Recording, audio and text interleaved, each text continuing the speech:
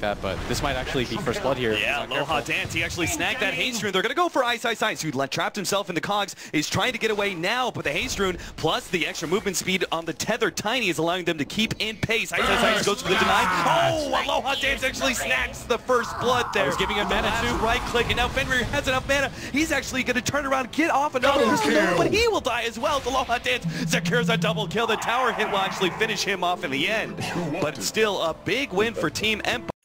Came back was going to be coming in, and that means no more support from the Tiny. Always want to fly, gonna tick out here potentially. Nope.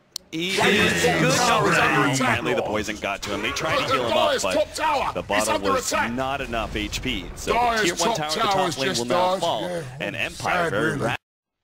Are rotating right now. Like, their rotations aren't obvious at all, but they're still making them. That smoke gank into the jungle to pick off the safe laner, the fact that both supports are rotating like they are, and even this bottom gank.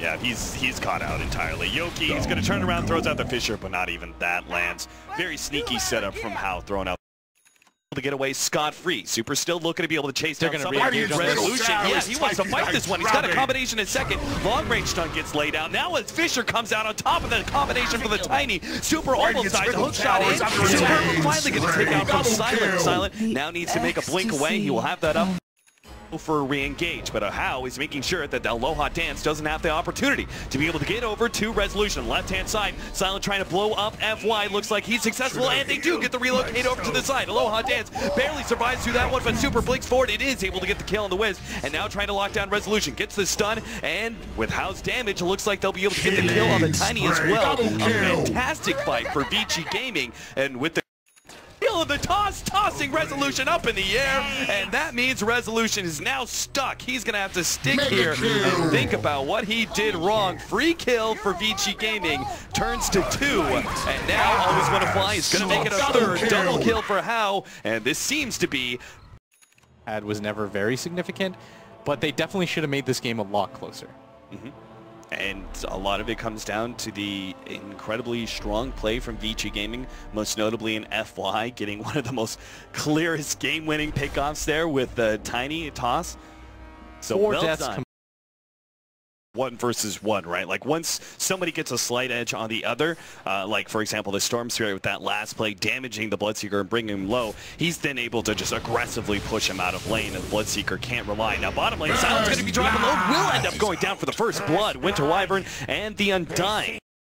Able to solo kill the enemy mid means you're going to get a full level of experience over him, and you'll just get boots faster at the same time, and so that's probably even more worth it than getting the first blood is for Vici Gaming. Obviously, charge comes out. Fenrir, 17%. Fenrir gets bashed one time. No, he's not going to get bashed again. Ensure the it's now going to be pushed away by Yoki. Of course, the Bloodseeker is getting advantage out of Always Wanna Fly being quite low. In fact, How, whoa, there comes a quick bash out. How, he's got to be real careful here. He has to make the blink away, but now the charge is there. How, he's done for. Another right click, and of course, the bash to finish things off wasn't even needed, but down here, and one hit will pretty much drag them into red territory, and he should go it around more than haste, and so FY is gonna doesn't have the mana for this, but they can definitely dive if they want to. Oh, they're very stuck. That Silent's gonna be able to hit Aloha Dance in the background. Always Wanna Fly is dropped low.